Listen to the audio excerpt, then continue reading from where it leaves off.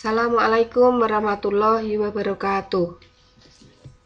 Anak-anak kelas 7 SMP Muhammadiyah 3 Depok, selamat berjumpa dengan Bu Endar Pangestuti. Kali ini kita mau belajar IPA tentang benda tak hidup, makhluk hidup, dan pengklasifikasiannya. Ada 3 pokok bahasan dalam hal ini. Yang pertama, yaitu ciri-ciri benda di sekitar kita. Yang kedua, ciri-ciri makhluk hidup. Yang ketiga, pengklasifikasian makhluk hidup. Yang pertama, ciri-ciri benda di sekitar kita. Benda-benda yang terdapat di alam semesta dapat dikelompokkan sebagai benda hidup dan benda tak hidup.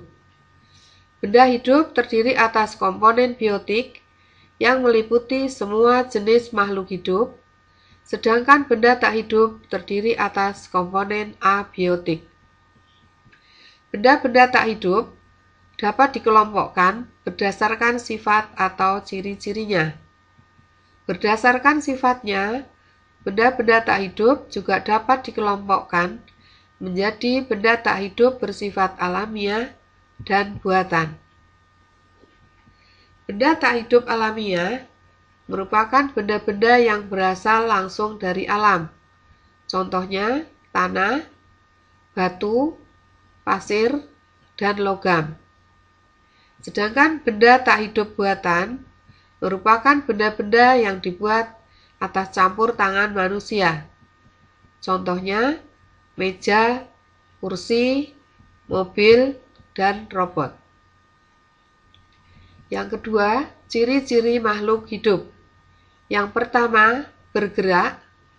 2, peka terhadap rangsang. 3, bernapas. 4, beradaptasi. 5, memerlukan makan. 6, mengeluarkan zat sisa. 7, berkembang biak. 8, tumbuh dan berkembang. 9, memiliki bahan genetik. Yang pertama, ciri makhluk hidup bergerak. Setiap makhluk hidup mempunyai kemampuan untuk bergerak. Makhluk hidup bergerak bisa pindah tempat atau tidak. Yang kita amati bisa pindah tempat yang dilakukan oleh manusia dan hewan. Sedangkan tumbuhan tidak berpindah tempat, tetapi sebetulnya juga bisa melakukan gerak, seperti mekarnya bunga atau tumbuhnya batang mengarah ke cahaya. 2, peka terhadap rangsang. Peka terhadap rangsang atau iritabilita adalah kemampuan makhluk hidup untuk menerima dan menanggapi rangsang. Seperti misalnya yang terjadi pada tumbuhan Venus maupun kantong semar yang merupakan tumbuhan karnivora, pemakan serangga.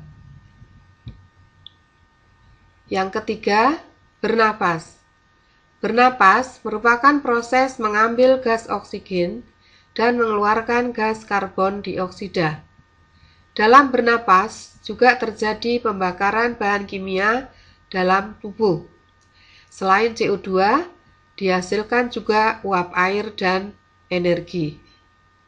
4, beradaptasi.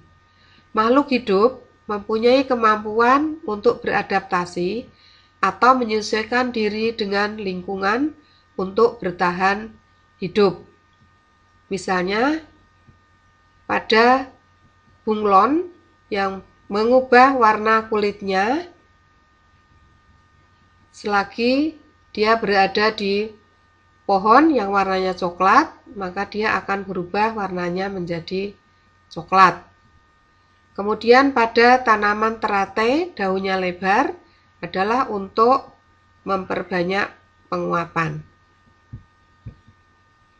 Nomor 5, memerlukan makan. Makan diperlukan untuk hidup, untuk memperoleh energi, membangun tubuhnya, dan mengganti sel-sel yang rusak. 6. Mengeluarkan zat sisa. Dalam tubuh makhluk hidup, terjadi proses metabolisme atau pertukaran zat. Pada proses metabolisme, dihasilkan zat sisa yang harus dikeluarkan, seperti CO2, urin, dan keringat. 7. Berkembang biak. Berkembang biak adalah kemampuan makhluk hidup untuk menghasilkan keturunan untuk mempertahankan jenisnya. 8. Tumbuh dan berkembang. Pertumbuhan adalah penambahan ukuran yang irreversibel atau tidak dapat balik. Misalnya tambah tinggi, lebar, volume. Seperti yang kalau kalian amati, bayi yang baru lahir panjangnya kira-kira 50 cm.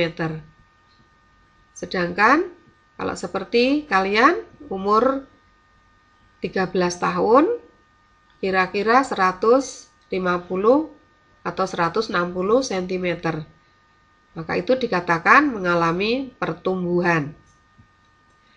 Perkembangan adalah proses menuju kedewasaan. Terjadi perubahan struktur fungsi menjadi lebih kompleks. Misalnya, tumbuhnya bunga, terbentuknya organ, kemampuan bisa berjalan. 9. Memiliki bahan genetik. Setiap makhluk hidup memiliki bahan genetik berupa asam nukleat yang terdiri atas DNA, deoksiribonukleik asid, dan RNA, ribonukleik asid. Bahan genetik berperan mensintesis protein dan menentukan sifat-sifat genetik setiap individu. Apabila dia merupakan makhluk hidup, maka memiliki semua ciri-ciri tersebut di atas.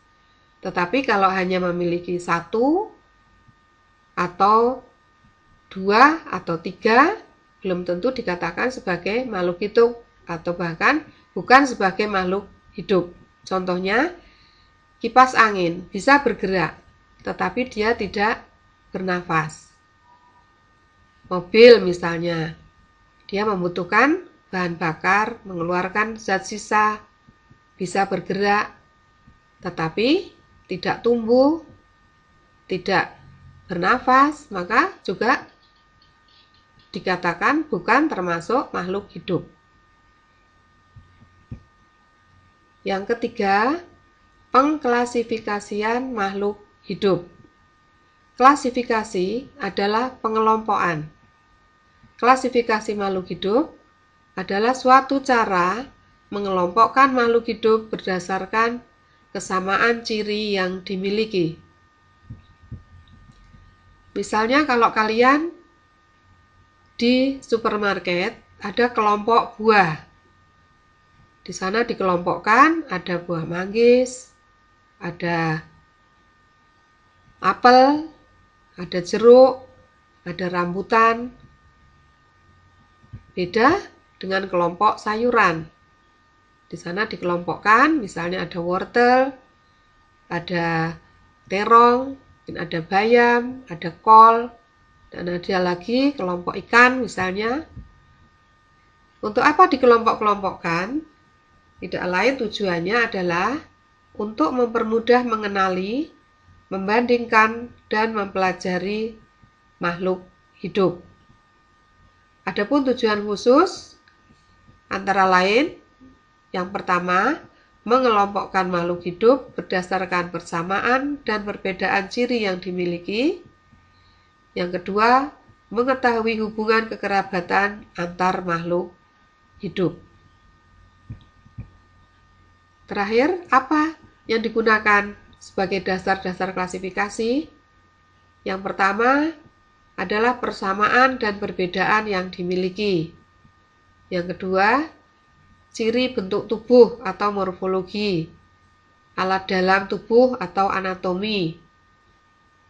Bisa juga manfaat, ukuran, tempat hidup, dan cara hidup. Demikian pembahasan kali ini. Terima kasih. Assalamualaikum warahmatullahi wabarakatuh.